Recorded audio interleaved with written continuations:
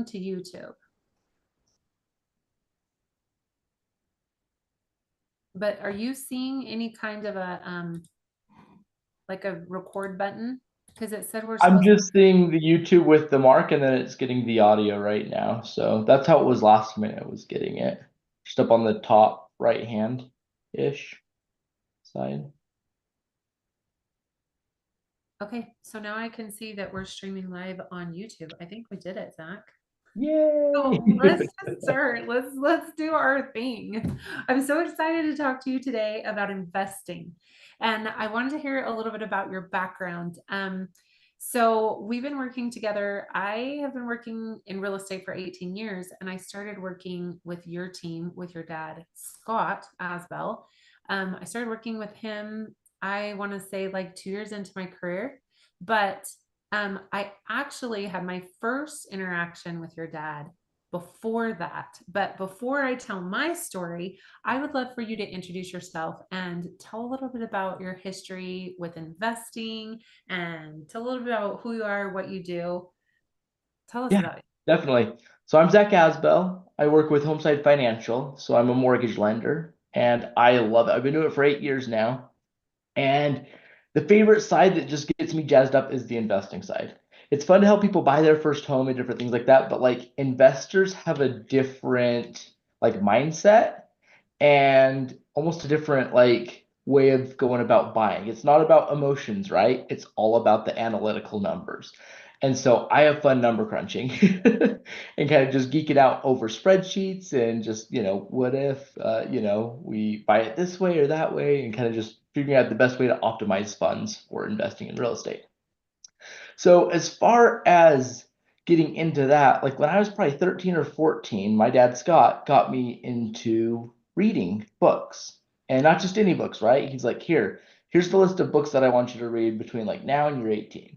So we started off with like the Robert T. Kiyosaki, like Rich Dad Poor Dad series and read like two or three of those different ones. And then we went to like Think and Grow Rich and then Richest Man in Babylon and all these different books that just like exposed me at a young age to the world of investing. And at the same time, he would have me go work on his different properties that he had.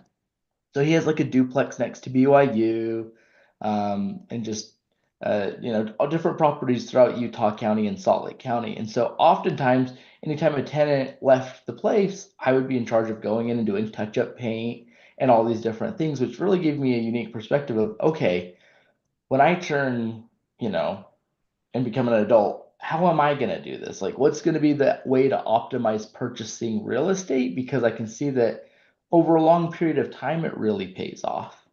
And so, yeah, that's a little bit about me. That's amazing. You were like raised in investing.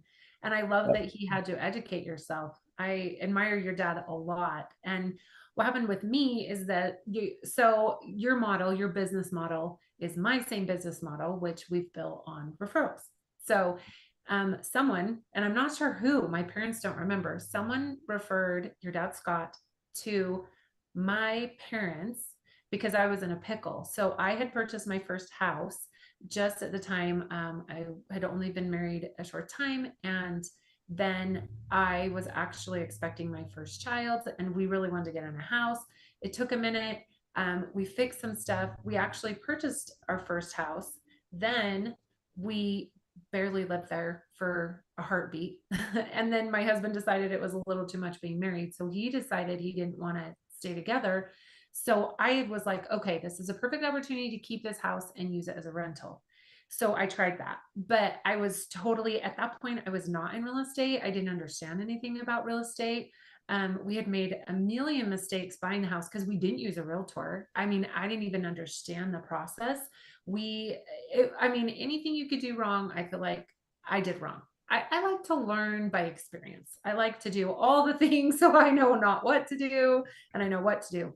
But anyway, so we were referred to Scott. So Scott came in and helped my parents because I tried this renter, and the renter actually came to my house just after he'd been there for maybe a year, but it was a married couple and they stopped paying rent. And so I had said to his wife, I talked to his wife and I said, you can't stop paying rent. Like, I am a single mom. I don't even have money for my own rent. I can't do this without you. And apparently, her husband didn't like that. So he came to my front door and I was living by myself with these two little babies.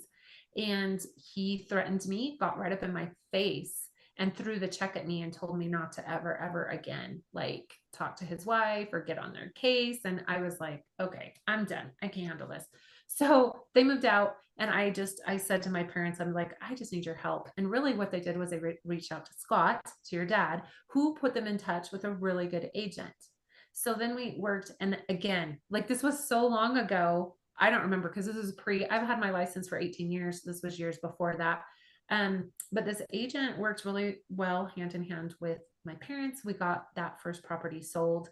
I did take a loss. It was not a great experience, but I was determined not only to buy my own house down the road, which I did, but then to also have rentals, which I did. And I had to go through some bumps again, but now I finally figured it out. And I just wanted to lean on your expertise because I know we talk to a lot of clients and help them on their journey as well. And my favorite thing is to help them to avoid the mistakes that I made, right?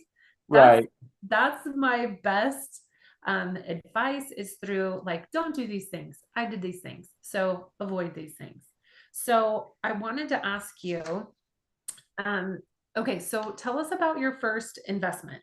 Like what was your first investment? Yeah, so first investment. So my wife and I just gotten married and we were like, okay, we want to buy. At the time I was probably 24. And so we were thinking because we read all these books and all these things, we're like, okay, we're gonna go buy a duplex because a duplex just makes so much sense. You've got one unit that you live in, you rent out the other, and we're gonna do this with an FHA loan, put down 3.5%. Now, the interesting thing is when we were doing this, it was like 2017, 2018, right in that time period. And as we were looking at it was so difficult to get a duplex under contract with an FHA loan. Every time we'd go there, they'd be like, well, we'd love to work with you, but we need you to be conventional. And at the time, conventional required 20% down. So I'm like, well, conventional doesn't work. I'm not putting 20% down. I don't have 20% down to do that. I only have my 3.5% to do an FHA. And so we hit that road really hard, and we probably did that for 6 months. We'd go, we'd put in offers, and we just weren't getting anything that was like what would fit. So we then, after a little bit, changed our strategy and said, okay, this isn't working. We can't do FHA and we can't buy a duplex. What are we going to do instead? And so we decided to go with what's like a house hack that where you purchase a home that has an accessory dwelling unit in it. And so it's similar to the duplex, but there's other rules that go along with it, right? As far as renting out the whole thing, or as far as renting it after you move out, it's a little bit different, right? The city doesn't want you to treat it like a duplex where you rent it to two separate families. And there's a few other things, but that solution worked really well because then all of a sudden we were able to get in with a really low down payment and it just helped us to get into that first home. So the first home we purchased, I think we bought it for like 224 right in there in Orem, and we were right next to UVU, which is exactly where I wanted to be, right in between UVU and BYU. And so we bought that one. Our mortgage, I think, was right around like $1,100 per month, and we rented out the basement for $1,000 a month. So my Wow. wife and I were excited because we're like, hey, look, bought the house. You know, we had to put down some down payment, but like overall, we just got rid of our biggest expense, right? We have $100 a month, which was significantly less than what we were paying in rent. And so we were just ecstatic, and then we stayed there for about 12 months, and that was our first investment. That's amazing. I love it. I love hearing success stories with investing. I know that a lot of young people are super wise and they want to do this. So if someone comes, what is the minimum like down payment? What do they have to have? Like if they want to do what you did, is it that 3.5%? Is that the requirement if they wanted to do like a house hack and buy a house and then rent out a portion of it? Yeah, so what we usually do on those, there's one of two options. If our credit scores are really good, like let's say we get a borrower, they've got 720 plus credit scores, likely we're going to do a 3% down conventional. But if we have scores that are a little bit lower than that 720 mark, typically FHA with 3.5% down is going to be a less expensive program for that borrower. And so that's kind of where we go and look at the whole picture and just see, okay, what are the pieces that go together? But it's nice. I look at that and say, well, a home like that, it's definitely gone up since 2017, but I see them out there for maybe around 400 to 450 as that nice starter. And so with that being the case, 3% of 4 to 450, you need 12 to $14,000 to do that, but that's a relatively low amount considering how much, leverage we're able to get in some aspects with that specific, So just for fun, you invested, how many years ago did you invest in that? Do you still have that property? I still guess have that's that the question. property. So how much equity do you have in that property? I mean, is that too personal of a question? Or, I mean, throw it out there because I you haven't done a CMA actually on it. I should probably do a CMA this year just for, kicks and giggles, just to like, okay, how much equity is there now? So Well, we do know as just a general rule that over the last few years, I mean, we had a run up and every house went up 40+%. So I would say that it's safe to say you've doubled your money. Would you say that too? Like, I mean, and then you've been paying it down. it's probably really Oh, close to that. So yeah. Yeah. and I don't even look at it necessarily from the equity position on this specific one. I look at this one from the cash flow because that monthly payments adjusted a little bit right over the last 7, 8 years. Taxes went up a touch, insurance goes up. So maybe the total payment, I think it's around like 1180. But the amount of rent we're getting off that now is like 25, 2600. Wow. And so I look at the cash flow from that and like, okay, that's cool. Like we've got 14, $1,500 of cash flow just coming off that thing each month, which And in today's market, like, are there any opportunities for cash flow? Because I feel like the prices have gotten so high. Like, cash flow is a totally different conversation. Like, that's why I was like equity. For right. investors today, I really push your equity builds and your ability to continue to own other properties and pay it down and have that equity. Eventually, it'll get to cash flow, but I also was taught in investing is that you can't go for both because you kind of have to ask people, do you want cash Nope. flow or do you want that equity increase? Because people, they want it all, but usually you're having to choose, right? I mean, wouldn't you say? I would say that, yeah, because I mean, the way I look at it right now, cash flow isn't completely dead. Now, if we go and just randomly select properties, we're not going to cash flow on it, right? Like, it's very few amount of properties that I'm seeing right now where it pencils. We've got to be so strategic on what we're looking for, what cities we go into, and also who we're planning on, renting it out to. Like, who's our target market as far as the tenant? That matters a lot right now too, as far as, are we going to have a lot of turnover? Are we not? Because anytime you have turnover, there's an expense associated with it, right? Mm-hmm. And so, yeah, that's something that we get into. I personally love the college towns just because there's always this excitement around July and August when all the students come back. And depending on how those properties are positioned, that sometimes is a good one. Or you can keep those specific tenants for multiple years, depending on what year of college they are and stuff. So, yeah. Yeah, that's good. So, what about like, what are some other strategies? Like, if you're not going to do a house hack, what are some other suggestions? Yeah, so a lot comes down to family dynamics, is what I see. So anytime I meet with a client, sometimes I like, are we married? Or are they married? If they are, then likely they're going to want to have some privacy, right? But if they're, for instance, like single, I've seen a lot of just clients go buy condos, like 3 bedroom, 2 bath condos, live in one of the bedrooms and then rent out the other two. And they almost just build out this portfolio of condos and townhouses where they move every couple of years and just pick up a new one when it makes sense to. Yeah, I But love, we actually have a client that we've worked with that he's a single guy and he got into a townhome. And then now he wants to hold that townhome, rent that, and then he wants to purchase another property. And then he'll own or occupy the second property now that he's had the townhome long enough. So he'll be able to cover his bases there and then get into another. But so you can always do that strategy, right? You can start right. small, and I always tell people like get into what you can get into. And a lot of times by doing that, it makes it so since they started smaller, they have something a little bit more affordable, that can become an easy rental. And then because the next property they're getting is owner occupied, the requirement for down payment is less, right? I mean, couldn't they even get into that second property for 3.5%, 5%? I mean, depending on the loan type and the market, right? Yep. So it makes it an affordable way to do that.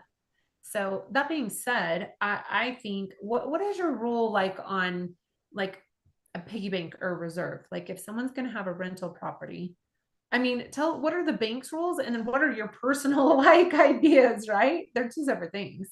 Right, two separate things.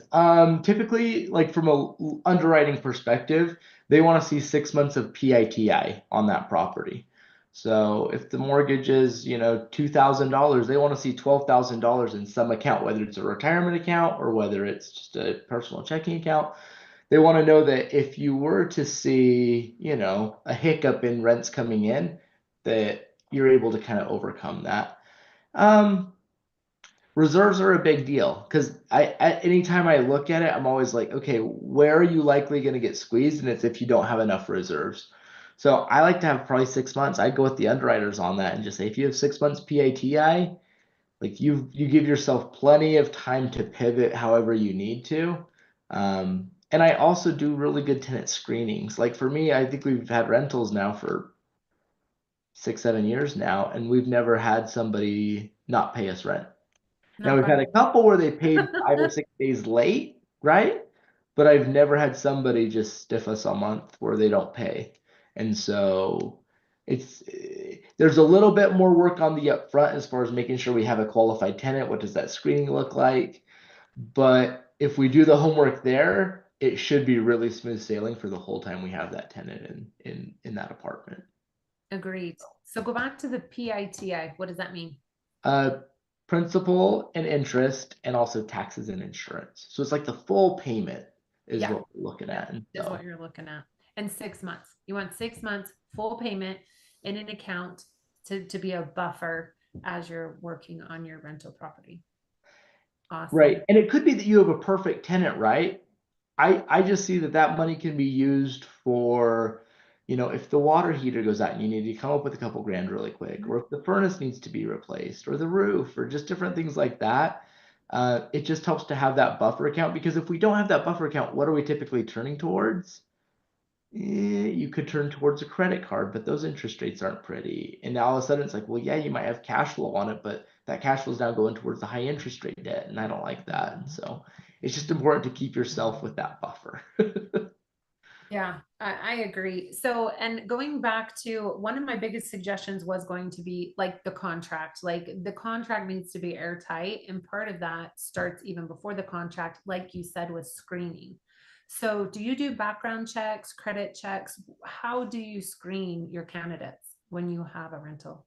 Yeah, so there's a bunch of different ways to do it. There's a lot that you can even go on Google just to be like, hey, background checks for, rent. And Yeah. they charge you a fee, right? It's probably $25 to $30 to do that background check. They'll also check credit. That might cost a little bit too.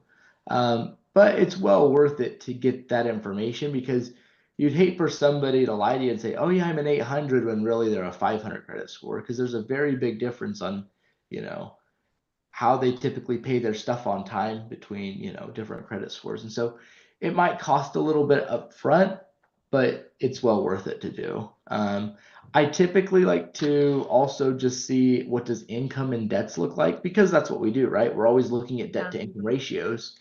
And so I oftentimes just kind of rough pencil out and say, okay, if they make this much money, they have a truck payment. Okay, is it going to be tight for them? Is it not going to be tight? And just how does that, all intertwine into it? So oftentimes I look at rents and say, well, we probably want to have 2 to 2.5 times the income of whatever the rent is. So if rent's $1,000, well, they at least need to be bringing in 2,500 a month, or otherwise there's likely going to be a squeeze on them eventually. So.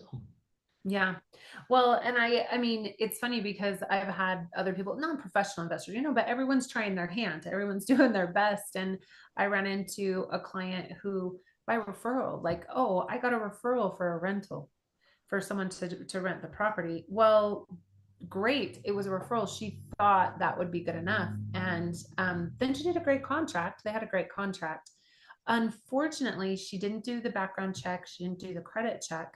What she didn't know is that this family, they were like professional squatters. Like this was their about fourth go round of they find a place to live, they sink in their feet, and then they stop paying, and you have to go through the whole system to get them out. And so, I mean, she found out later because she did have to go the whole gamut. She had to get a lawyer. The lawyer had to serve eviction notices, all the things. In the meantime, they moved in a whole nother family. They moved in two big, ginormous pit bulls that scared the bejeebies out of any like guard dogs, you know. So like there was this whole big crazy story. In the end, she was able to get them out, but all of that could have been avoided if she would have started with a background check and a credit check, because these other people had taken it as far as to do court orders against them. You know, there were judgments against them for other evictions. So that is like so important. Like you really, really should definitely do that. I, you know, I mean, like you said, it'll cost you a little bit of money up front, but it'll save you a lot of headache and a lot of drama afterwards. What are some of the things that you feel like it's important to put in the contract? It's important to get a good contract that's airtight. So the one that Scott and I came up with, uh, we probably read through 6 or 7 different contracts of other, professional companies and just different things. And we took all the pieces that we liked from each of them and created one, just so it's just as airtight as possible for us, as well as for the tenant, right? That's the thing I love about a good contract is it serves both parties when written correctly. It serves the tenant where they're protected and they have rights, and it protects us so that we have the, similar rights, depending on if, everybody's making sure that they're keeping their end of the bargain up. But yeah, it's important to have those, and you Yeah. definitely have to have contracts, because if you don't have contracts and somebody's in there, it's difficult, right? Yeah. Yeah. So what is your opinion about pets? I've heard a lot of controversy about renting to people with pets. Yeah, so there's 2 different sides of that, right? You've got the service animals, which they're a protected class, and you definitely want to read up on your rules for that specific area. But then you also have the pets where it's like, hey, we've got this dog, we've had him for several years, can we live with him? I tend to just not make my stuff pet friendly on that end, just because I think there's a bit of wear and tear. I had dogs growing up, actually. I think I counted through all the different dogs we had, and it was like 7 or 8 different dogs we had. And they put a lot of wear and tear on a house. Yeah. And you've got to charge potentially a pet fee to make up for that wear and tear that does happen to the house, whether it's the carpet or the doors, different things like that. Um, but there'll probably be more of a niche in that specific demographic, because we're seeing the millennials, and millennials love their dogs, right? Yeah. And their cats. And so I think there'll be a good niche that's cut out for pet specific. And it's definitely a way to kind of shoot for a little bit more cash flow if we are going to make it a pet friendly apartment. Yeah, and that's what when I talk with my different investors, that's what they've said. Some choose like they're specifically pet friendly because they know that they're going to get higher rents and they're going to be able to, the only way they do it is with that deposit. Like there has to be a non-refundable deposit for that pet to be there. Mhm. The biggest complaint I hear from investors is that one pet tends to attract multiple pets. Like somehow like someone comes in with one dog and then by the time that they leave they have 3 dogs, 2 cats, and hamster that got free in the house. I mean, I don't know. It just that kind of seems to be the theme. So that's what I've heard as far as it comes to pets, and just make sure that you cover your bases if you are going to be pet friendly. And I think that's a really good advice too.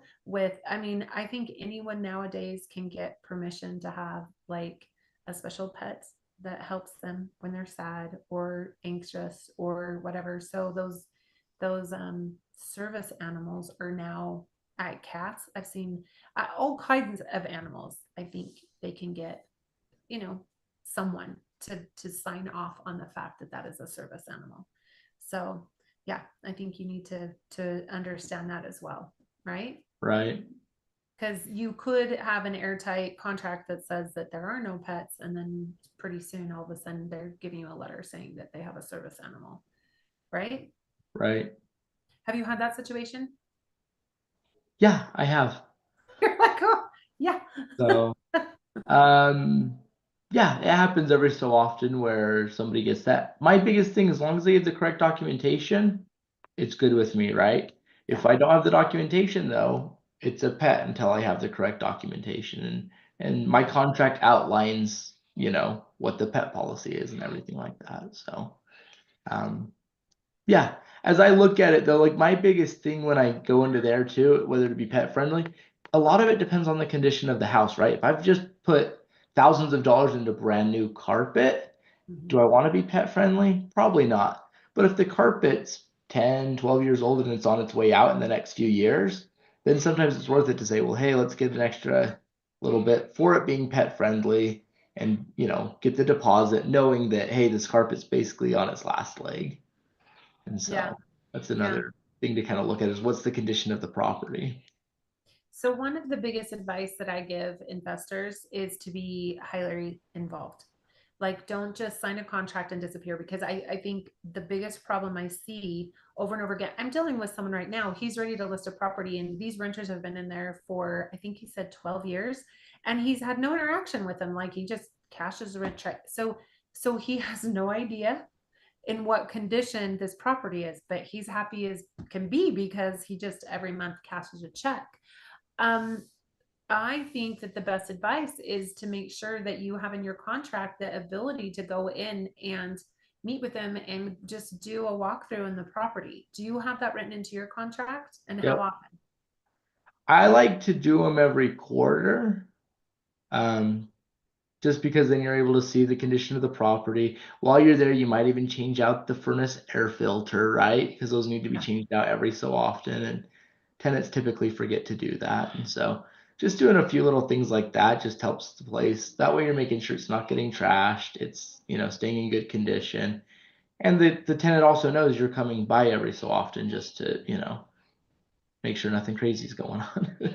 Yeah, I think it would avoid, like, there's so much of, like, you rent to one family, and then before you know it, all of a sudden there's three families. Yeah, things happen, life happen, and family wants to help friends and all the things, but bringing them Right. into a rental situation is against the contract. So you want to make sure as a landlord that you don't have additional people hosted in a property that is not meant to have that many people, right?